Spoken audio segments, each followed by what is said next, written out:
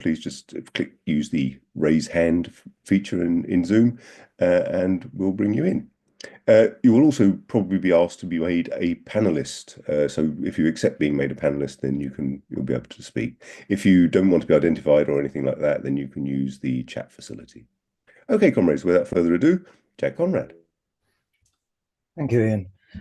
Well, I'm going to begin with the funeral yesterday of George Mario Bergoglio, Pope Francis. According to the BBC, some 250,000 people turned up. That's besides the great and the not so good. But of course, all the way around the world, people have been expressing their condolences, their regret that this man has died. And that includes not only, as you would expect, Donald Trump, Sir Keir Starmer, atheist, um, you know, Maloney, one just carries on down the list, Modi, but also in Britain, various figures on the left. When I was writing this article, as you know, he died Monday. So I've written a double-page article for the Weekly Worker, and it was very quick, off the block was Jeremy and John. So Jeremy talked about a great loss, and John sent his condolences to his Catholic constituents and said what a great loss. This man stood up for peace, for the dispossessed, for migrants. And I was waiting for the Morning Star. I knew the Morning Star would get its act together, but I had to wait till the second day, till the Tuesday, when we had one, let me get his name right, Mark Van der Tip. And he's apparently a Belgian comrade. Had a quick look at what else he's written. And, he's an all-round China apologist. So I would guess a typical present day official communist. And from his point of view, this is a quote, the Pope Francis was a rare voice of humanity and was a moral compass that we'd lost. Now, Mark wasn't uncritical. So when it came to micro ethical issues, abortion, homosexuality, contraception, and gender, well, he was a bit on the reactionary side, but our Mark, he forgave him because at least he put things in a kind, in a sympathetic fashion. I have to say that, although I was brought up in the Church of England, I'd not come across before micro ethical issues. And I Googled it, and my AI facility came up with some sort of definition. And what it made clear, actually, and I don't know who's programmed the AI, but what it said is, hey, for Catholics, abortion is not, this is for Mark's benefit, not a micro ethical issue. It's a major ethical issue, as it should be, because, of course, Catholics, at least Catholic doctrine, I should say, considers abortion to be equivalent at some level of murder. It's a murder of a potential human being. It's a murder of something that's got spirit. As to the other minor questions, abortion, homosexuality, contraception,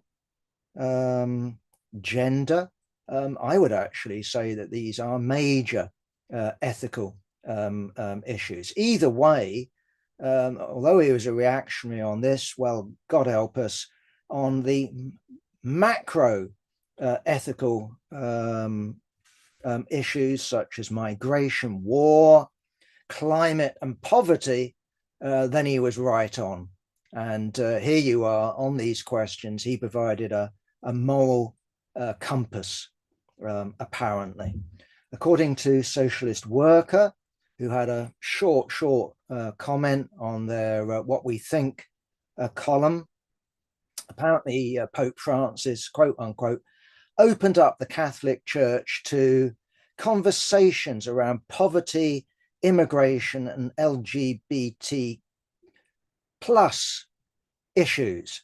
Well, I'm somewhat flummoxed on this one. I've already spoken about my Church of England upbringing, so I wouldn't call myself a student of the Bible, but I'm, vaguely familiar with the Old Testament, and the idea that the Old Testament, for example, didn't have anything to say about gay questions. I'm not sure of that, comrades. I think it did. I think it said that this is a sin, and if you went in for, lying down with the wrong sex, then you should be stoned or something equivalent of that. Ditto when it comes to poverty. The idea that it was Pope Francis that opened up the discussion in terms of leave aside the Old Testament, but let's just deal with the New Testament. No, I don't think so. Or the Catholic Church, that was born supposedly with Peter, St. Peter, the first Pope. As far as I know, again, was never brought up a Catholic, but as far as I know, this has been an enduring theme of the Catholic Church. And indeed, one of Jesus's, I'm not saying accurately quoted statements, the poor will always be with us. And what were the rich advised to do? Give everything to the poor. One of the names of the Jesus party was the poor. So this isn't a new theme. And indeed, if we look at the early church, both in conditions of, the declining Roman Empire, so the slave mode of production, or the antique mode of production, or the classic mode of production, call it what you will. If you look at feudalism, if you look at capitalism, we can put aside perhaps the social democratic settlement. But if you look at these three different modes of production that we've seen in Europe, then indeed the Catholic Church, the Church, has played a leading role when it comes to alleviating, not getting rid of, but alleviating poverty.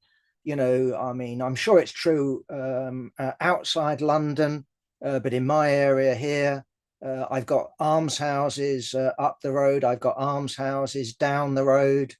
My school, third mention, Church of England, precisely. We have Church of England schools, we have Catholic schools, and that would have applied also to hospitals. That would have applied to dishing out, food to the poor in all three different modes of production. So there's nothing new in terms of poverty, the church having a discussion on poverty. Migration, well, is migration new? I would say no. And one of the roles of, again, the Catholic Church was to provide shelter, to look after pilgrims. So none of this is new. So I don't think actually the comrades in Socialist Worker are right when they credit Francis with novelty when it comes to the discussion around such issues. And of course, if we look at one of the distinguishing features, at least of the Catholic Church, when it comes to Franciscan monks, indeed when it comes to Jesuits, when it comes to many different orders, the church professionals although they live in palaces and dress up with jewels and gold and all the rest of it. One of the things they have to swear to is to live a life of chastity, but also poverty. And I'm quite surprised myself that the editors of Socialist Worker don't seem to be aware of that. This isn't some sort of, you know, esoteric knowledge of the Catholic Church. It should be common knowledge to all of us on the left, even if we have not been brought up in the Christian faith. Now, turning to the man himself, he was the eldest son, I think, of 5 children born to Italian migrants who apparently, I haven't been able to find out more details. I'm not that interested, but his parents apparently left Italy in 1929, not for economic reasons. That's what I read, but for political reasons. That could mean anything. So we have Mussolini. They weren't happy with Mussolini. That could mean anything about them politically. What we do know is with their eldest son is that he did well at school. The biographies that I've looked at quote his contemporaries saying he always came top of the class. Politically, though, what we know of him is that he was staunchly Catholic. So, although apparently once he overcame his initial shyness, he loved to tango, but we're assured that nothing happened with the girls afterwards other than a nice, tender goodnight kiss. But politically, he headed towards something called Catholic Action. This is something that predates, I think, in some countries at least, the foundation of Christian democracy, Christian democratic parties. So in some countries at least, Catholic Action was actually a sponsor of Christian Democrat parties. And essentially they serve the same purpose. Although Catholic Action isn't an electoral enterprise, these organizations exist to counter socialism, to counter social democracy as it was in the late 19th century and into the 20th century. So they are there to preach the Catholic social doctrine, which purportedly upholds the rights of labor, but definitely opposes socialism, the class war. So you do get in some European countries unions established by Catholic action, again as a counter to social democratic trade unions. So he was in Catholic Action for something like 5 years. We know that he found his true vocation, though, after recovering from a severe bout of pneumonia where he nearly died. He joins the Jesuits, and he rises in the ranks. He joins the Jesuits in 1973. He rises in the ranks of the Jesuits. And I think, if I'm right, and I think I made a bit of a muddle, and I'll have to look it up in my article. I talk about him becoming the head of the Jesuits in Argentina in 79. And I think that's accurate. But what I talk about also, which I think is the muddle, is that he gets his final confirmation. He goes through his final ceremony. And I think I've got confused there with his elevation.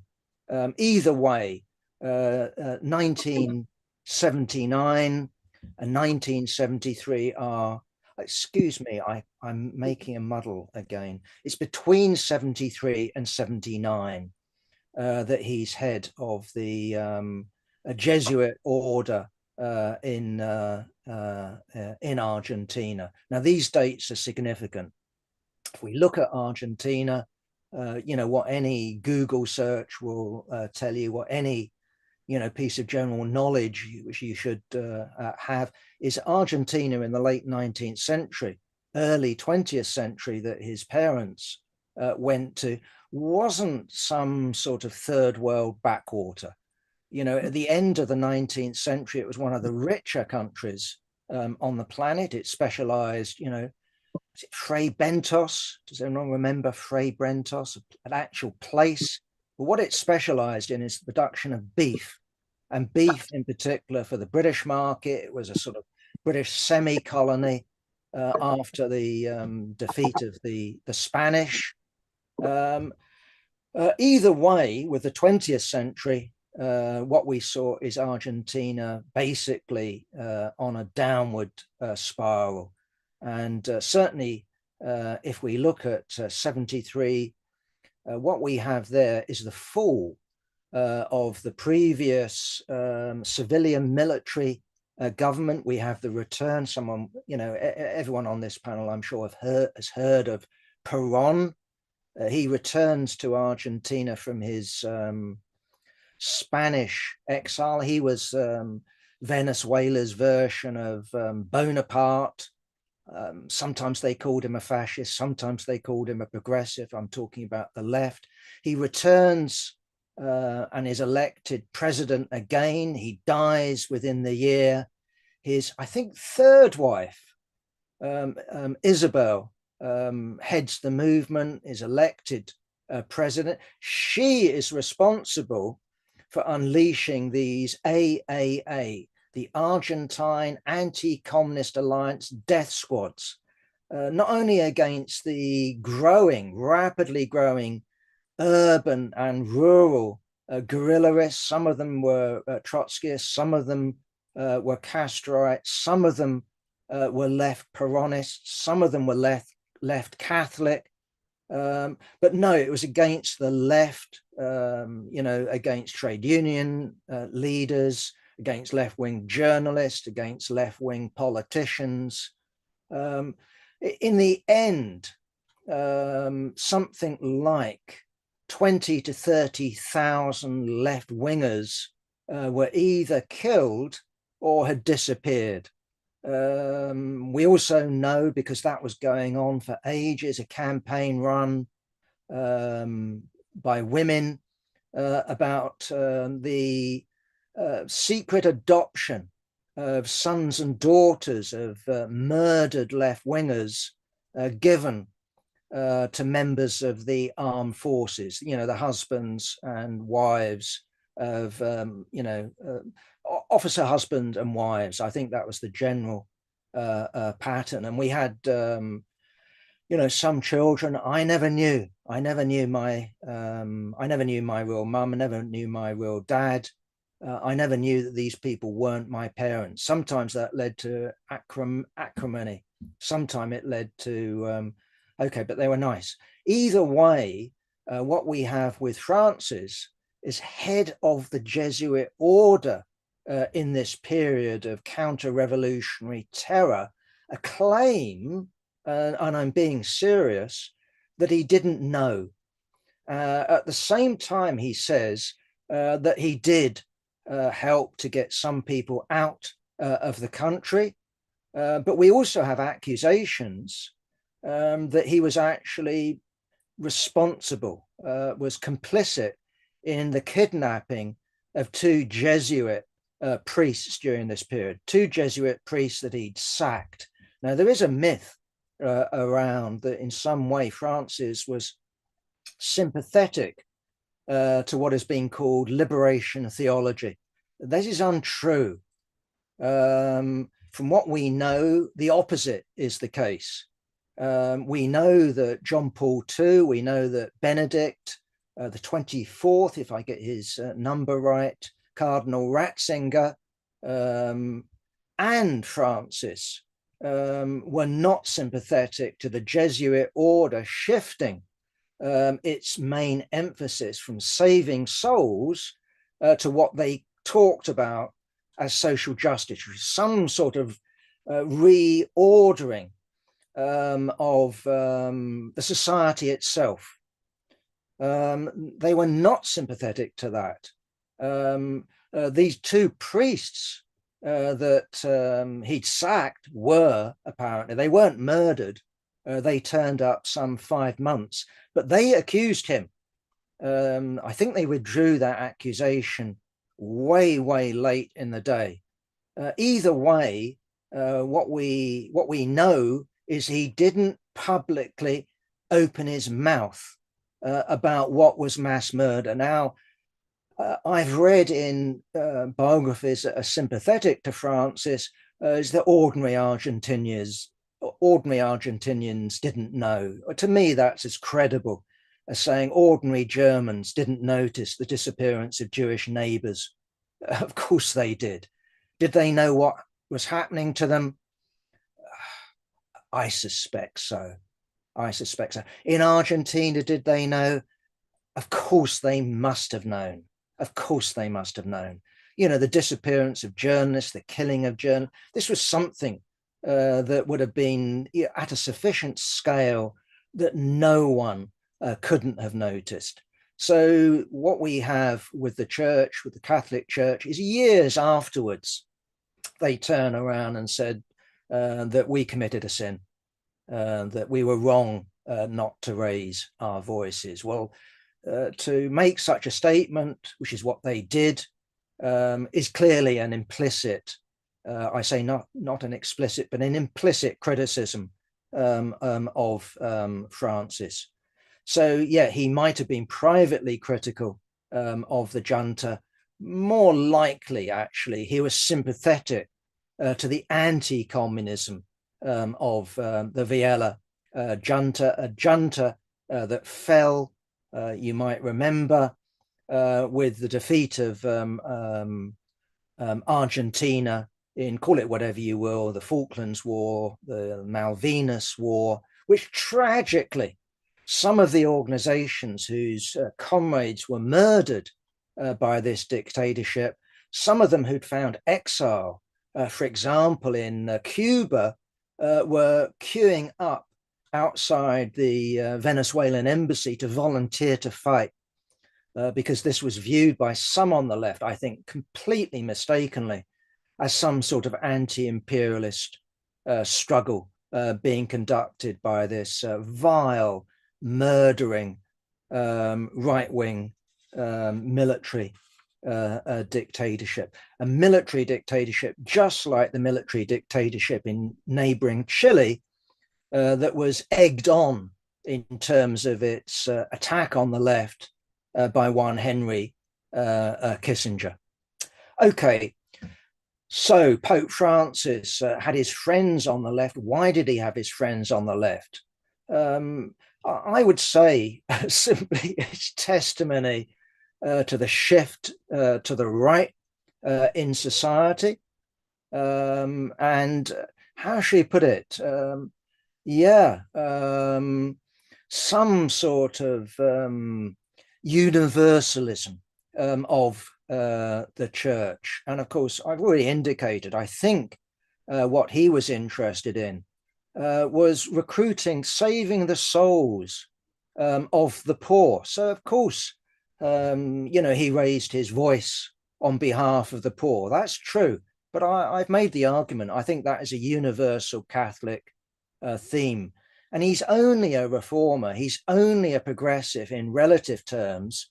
And that is if you compare him with Benedict the 24th, still alive, but also JP2, John Paul II, the leading Catholic in Poland during the time of Solidarnosc, who was responsible for channeling into Solidarnosc something like $50 million from the United States, in their rollback of communism. The Catholic Church, I think it was, in the 60s with Vatican Council and all of that, that was going in for some sort of détente with communism after the years of where in Italy And in Germany, the Catholic Church had done basically what Francis had done in Argentina, and that is turn a blind eye to fascist Nazi terror against the left, but also against Jews.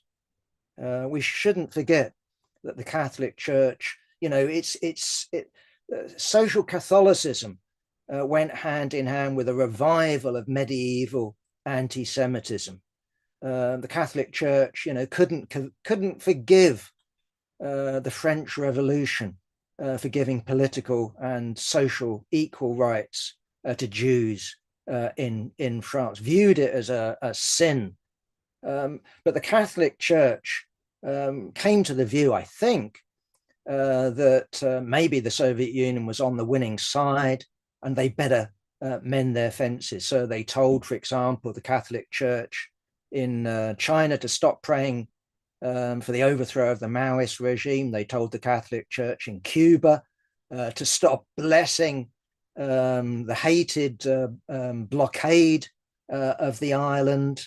They went in and basically echoed the Kremlin theme of peace, opposition to nuclear weapons, and all the rest of it. And as I say, that really reached its height 89, 91. And what you had with France is really, how should I put it? I would argue more of a correction rather than some sort of radical or orientation. So yeah, what did he preach? He preached for the salvation of souls, and he also preached that the rich should repent, look after the poor, and mend their wicked ways. And some on the right, so Marjorie Green Taylor, didn't like that message. Certainly, if you look up the Zionists in Israel, I don't know about elsewhere. I did have a quick look at the Israeli press, and once you read the comments, my jaw did drop somewhat with the description, of course, of this man being an anti-Semite, not in the medieval way, not in the 1930s way, but precisely because he objected to genocide and starvation and mass killing in Gaza. It shows you a somewhat loss, I think, of a moral compass when you think there's something objectionable about doing that. Anyway, they've buried him now. What I would finish by saying, of course, is that he was head of something that modeled itself on the Byzantine Empire. He was elected, that's true, but he was elected as an absolute monarch, someone who was in charge of appointing his successors if he lived long enough, and he did. So something like 80% of the cardinals that will have a vote to replace him were appointed by Francis himself. And of course, he presided not over poverty when it came to the Catholic Church, but immense wealth. So he did live, relatively speaking, a simple life. That isn't something new in the Catholic Church. Think about Francis of Assisi, think about the Franciscans. But the church itself is worth tens, hundreds of billions of dollars. We don't know its true worth because, of course, they don't publish accounts. This is just an estimate. But it is a thoroughly capitalist institution now. It's based on property. It's based on stocks and shares. It's no longer on the same basis as it was in medieval times. It's a capitalist institution, and I would argue it's a prop to the capitalist system. It's not an anti-capitalist institution, in spite of what George Galloway, what the Morning Star, maybe what Jeremy Corbyn and John McDonnell might have us imagine. Okay, I wanted now, as I said, to just turn to the aftermath, the sort of how should I put it, the reactions to the UK Supreme Court judgment on the definition of a woman, Mike McNair's dealt with the legal side of it, and the argument is there that what we saw is the Supreme Court acting as a legislator. That's the point of it. That's a dangerous development. It's happened in the past, but that's what the significance of it is. So this isn't just about. I'm saying just. This isn't just about transsexuals. There's a bigger picture here that often much commentary misses. It's also not about transphobia. It might empower transphobic people, but this is a calculated political ploy or strategy by the right. This is something that we've seen in the United States. It's something we've seen in Britain. It's what is called a wedge issue. And the right looks at the Rainbow Coalition sort of politics developed by liberals. And I'm using the word liberal in a very lowercase way. The Democrats, the Labour Party in Britain, Macron perhaps, in France. And what they say is what we need is issues that can split and divide this coalition and allow us to come to office. So, for example, if we take Rishi Sunak, if we take the Tories, this banging away, not just against migrants, but against people coming over illegally on boats. If we take Boris Johnson and the Red Wall and the question of Brexit, these are all wedge issues that they bang in to the Labour Party. Look at Boris Johnson's success when it came to the general election that saw off Jeremy Corbyn. The significance there is the loss of the Red Wall, the success of this wedge issue. Look at the success. It's about the only one that she scored in PMQs. I'm thinking about Kemi versus Sakir when it comes to trans rights. What do we mean? At least what do we mean? I'm not saying everybody has to mean it. What do we mean by transphobia? I would mean, at least, I mean, I'll give you a banal illustration of it. In my flat here, just outside my door, because I share it with some other people, it's the common area. And I came out working late at night and I put the light on and there's a bloody mouse running downstairs. What's my reaction?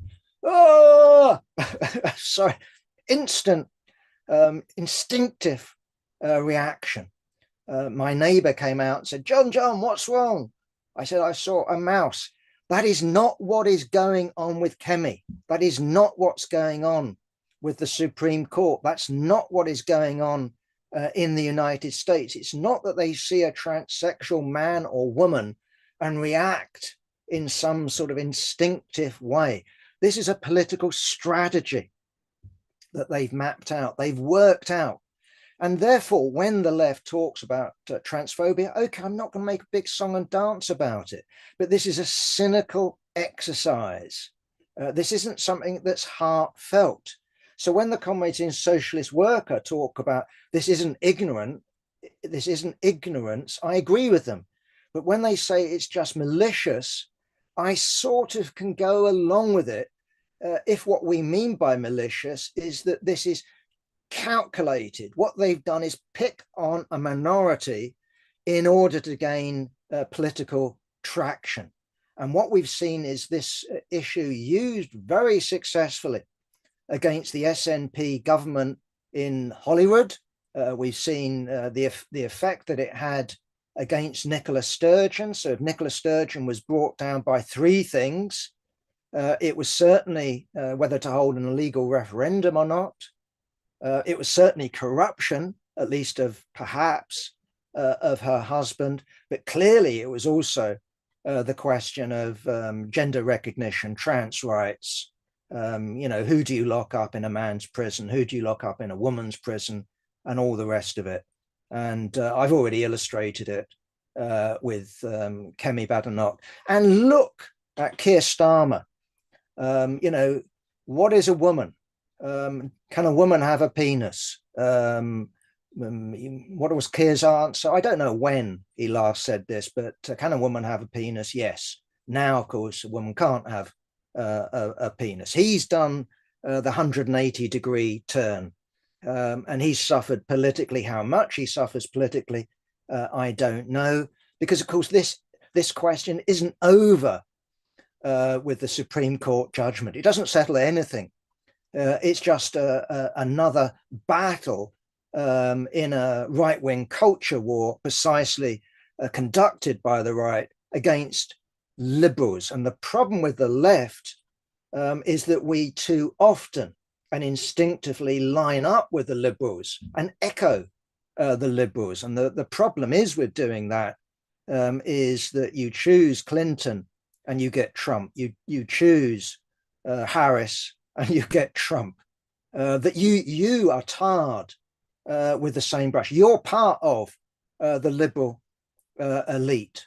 We need an independent working class approach to this and all such social as well as economic issues. We need independent working class politics, not tailism of liberalism. Well, having said that, I come to those that aren't tailing the liberals. I've already mentioned George Galloway, on the Pope. I won't. I quoted him in the paper. I haven't quoted him in this opening. Either way, when it comes to the Supreme Court, I have to say I was. Maybe I shouldn't have been shocked, but I was shocked. I'll tell you the truth. I was shocked by the joint statement unanimously passed by the Morning Stars, Communist Party Britain, and the Young Communist League, welcoming the Supreme Court judgment and viewing it as a vindication of their materialist approach to the world. Well, I'm sorry, comrades. I mean, I'm not well versed enough on this question, but at least I've heard of people who are born with an indeterminate sex, and I know that sometimes people are operated on. But I also know that some people are born with this chromosome or that chromosome, and sometimes they're born with something in the middle chromosome.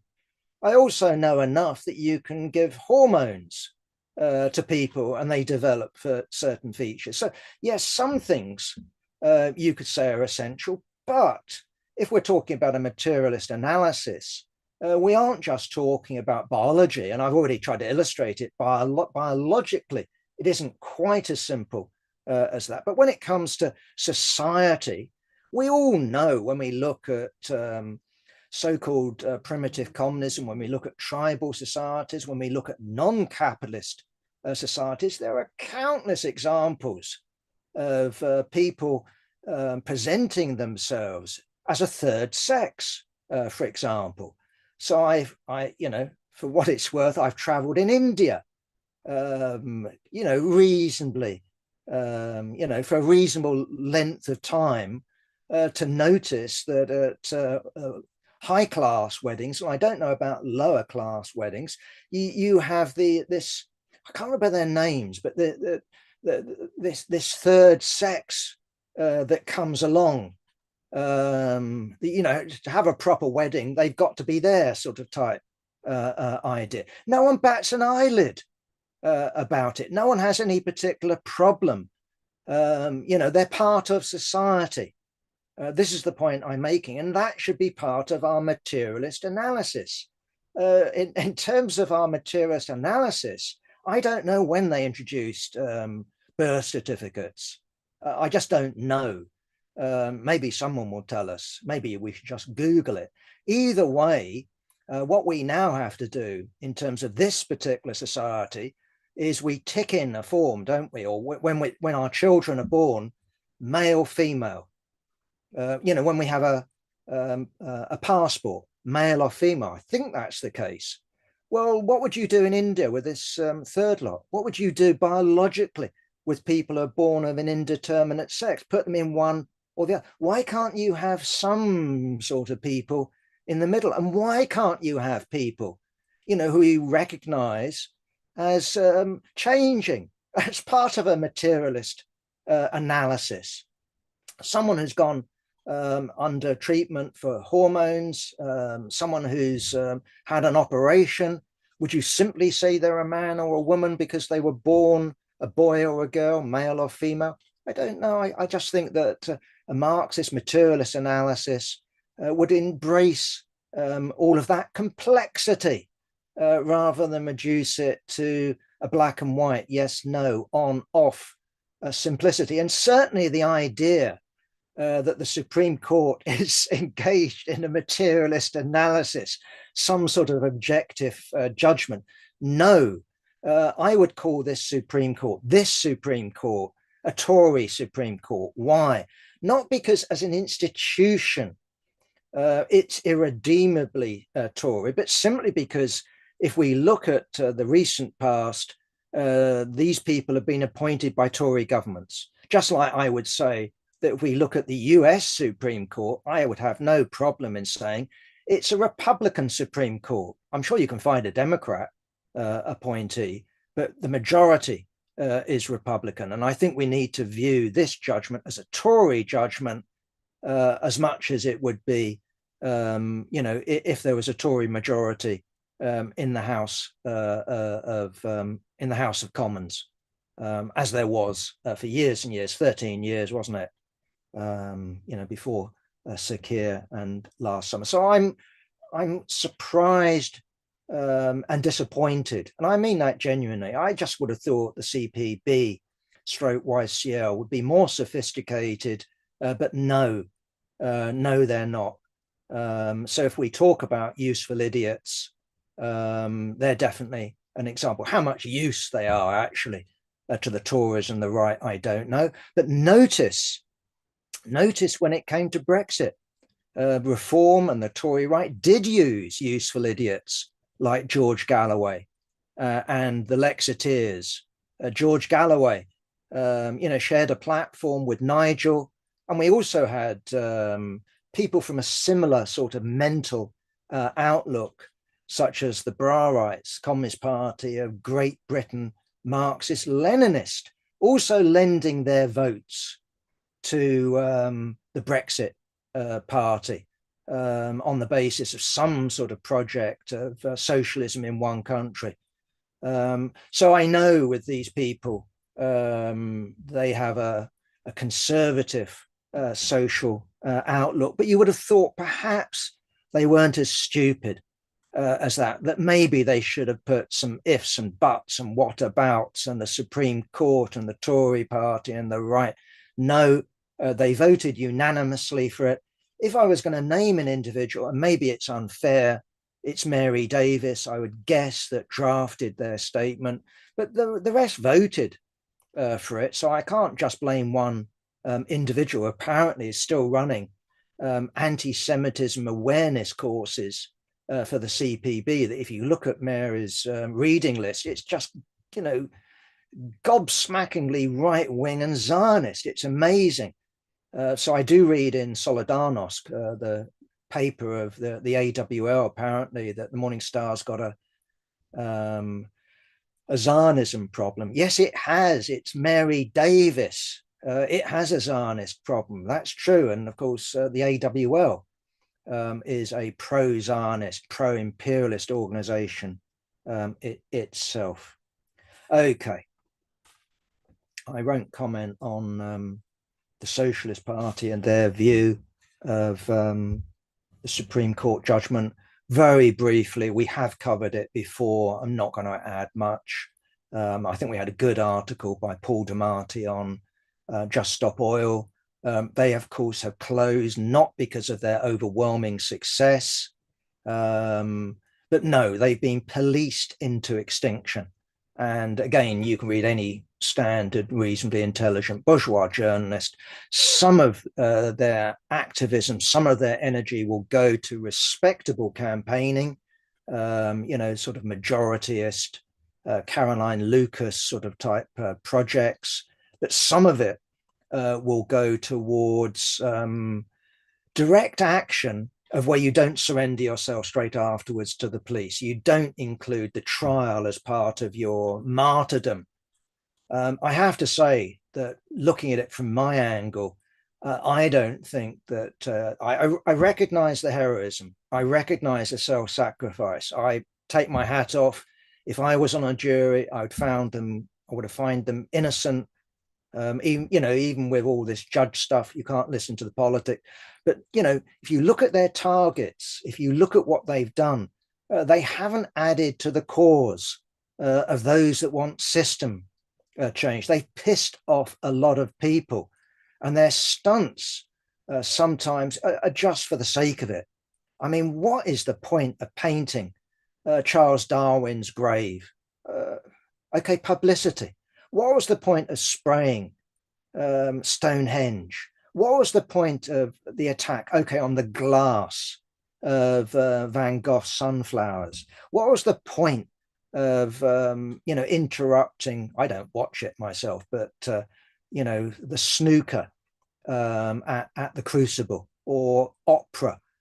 Okay, but they say all publicity is good publicity. No, not when you are pissing off motorists who often will be, on a journey. I mean, I'm not just being sentimental here. To see a newborn child, to see off relatives that are dying, to get to hospital. You can talk about blue lights, but if there's just a traffic jam, you're holding people up. Commuters in the East End of London, you disrupt the train. What about people on 0-hour contracts? This isn't winning friends amongst ordinary people, in my view. It is an elitist action. And my fear is that they will be thoroughly infiltrated already by the police. And many of these actions, in my view at least, could equally have been inspired by the police, as well as the militancy and justified anger of the comrades themselves. So I would just ask them, if you want, and you're quite right, to raise the question of systems change, think about it. What do we need? We need the majority on side. And for that, we need a party. And we need a communist party. That's what I would be urging the comrades to consider. Okay, lastly, in my remaining few minutes, I just wanted to comment on the life of Peter Taaffe. You have to say he dedicated his life to socialism. He joined the left as a very young man. He was in CND, and he joined, what would it be called, the Revolutionary Socialist League, that became what I would have known them as militant, and today we know them as Spew.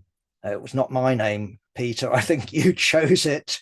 Socialist Party in England and Wales. Why England and Wales? Because you had already hived off, I think, on a completely bogus basis, Scotland to Tommy Sheridan and Alan McCombs, on the basis of what do young people think about independence, or the majority of young people favour it, so we favour it.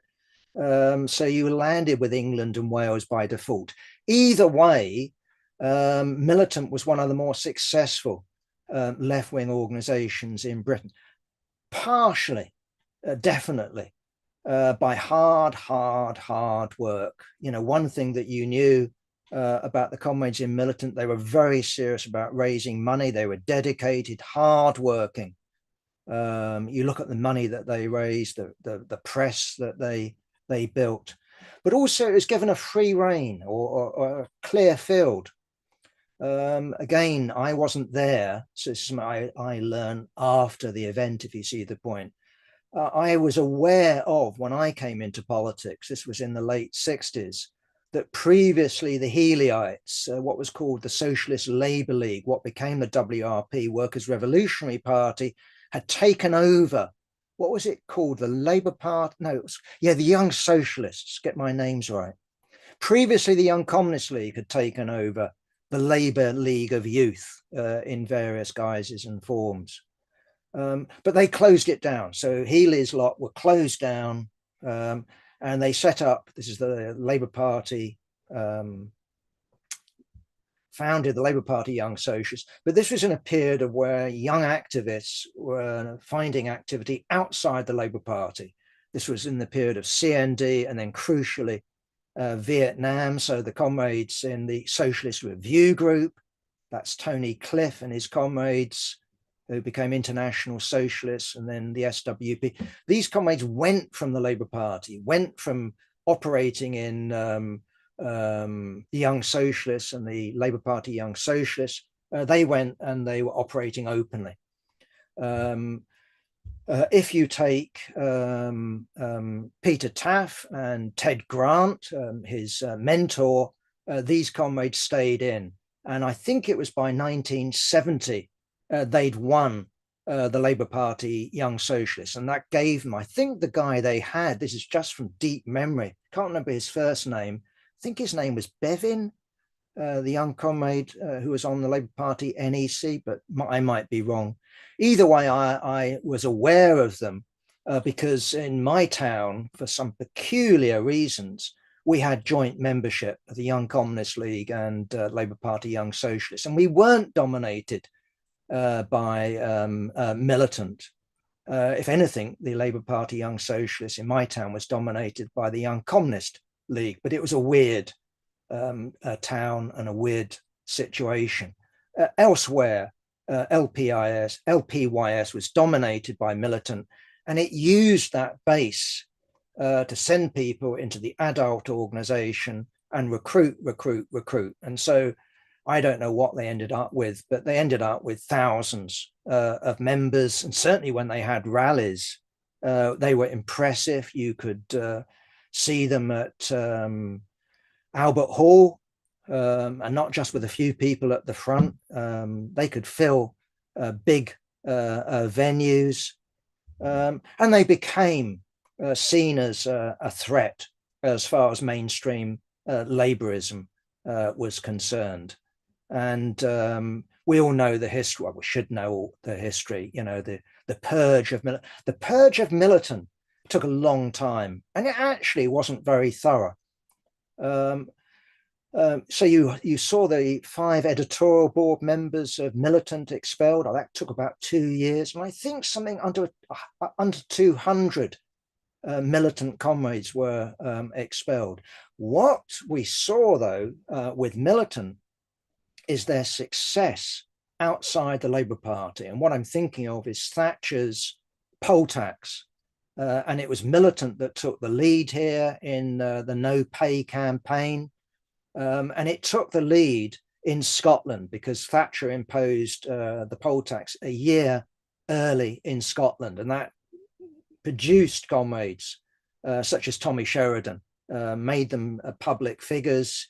And that encouraged Taaffe to imagine that the future lay outside the Labour Party. And I think he was very much propelled, not by theory, but the gut instincts, by the experience of, I'll call them cadre on the ground, who are successfully leading masses of people resisting the poll tax. And in Scotland, that involved, protecting people's houses from bailiffs, for example. In England and Wales, it involved people going to prison, being sent to prison by the courts for refusal to pay the poll tax, which was viewed quite rightly as retrogressive, a tax that was meant to basically punish Labour councils for helping out the undeserving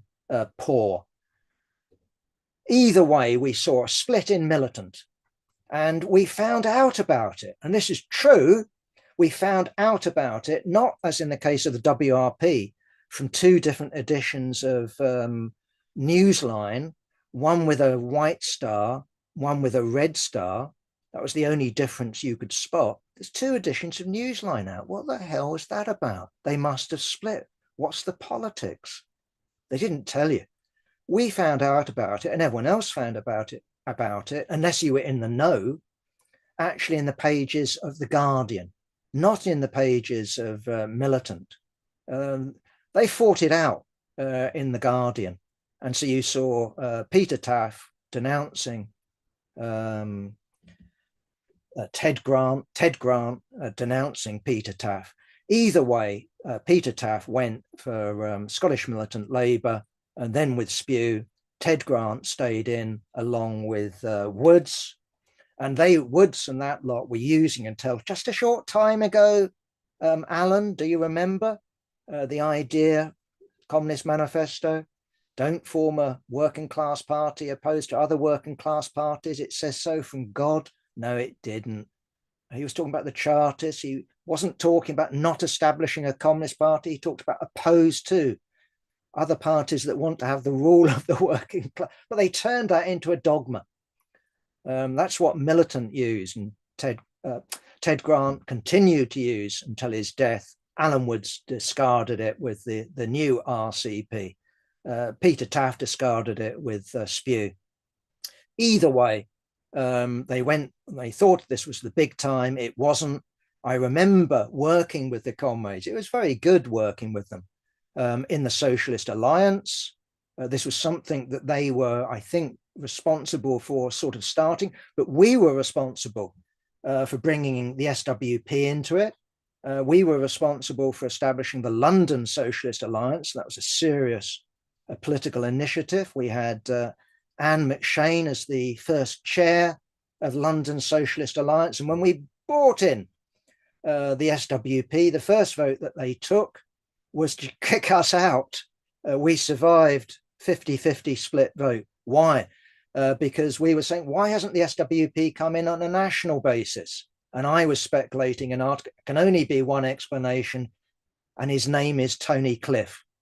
And they wanted to expel me and us because we dared have such a thought. Either way, what we had with Taaffe is a similar sort of sectarian viewpoint when it came to Socialist Alliance. They hated it. Why? They could live with us. We were no problem to them. Sometimes we were a bit of a nuisance, but no, it was being in a minority. And their first experience of this is when the SWP agreed to limit their mobilization for our national conference in Rugby. But that made us, the CPGB, into the kingmakers.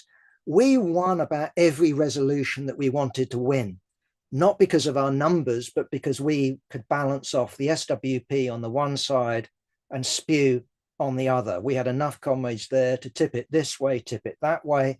And I do remember John Rees at the end of that Rugby conference saying, never again. And in future conferences, he mobilized his membership. And that led Peter Taaffe to go, I don't like this. And they discovered, for example, in London, the campaign against tube privatization, what we called CAT-P. And they had to support these candidates in London elections, apparently, because this was a mass movement. You must be kidding. They didn't want to stand common candidates with the SWP, us, whatever they called themselves, Socialist Resistance, or whatever they called themselves in those days, and other organizations, six principal organizations sponsoring Socialist Alliance. Anyway, their big idea, which I remember Clive Heemskirk announcing to us and giving me a draft of it, was Tusk. What became Tusk? And I just looked at their proposal and just, what do you want a new Labour Party for? We've already got one. But no, what we had with Peter is to be out of the Labour Party. You had to have the excuse that Labour Party under Blair had just become just like the US Democrats. It was a thoroughgoing bourgeois party. It was unprincipled to be in it. And therefore you need a new Labour Party. Yeah, they got the prison officers, they got the RMT. Did they get the FBU? I'm not sure. They had observed, anyway, whatever the particular status was under Matt Rack, didn't prove to be successful either in the ballot box or by winning people on board. So you had the SWP for a short time, they broke, but electorally it hasn't proved to be a success. And then you get Jeremy Corbyn. This shouldn't have happened. 2016, they apply to affiliate, the right to Jenny Formby.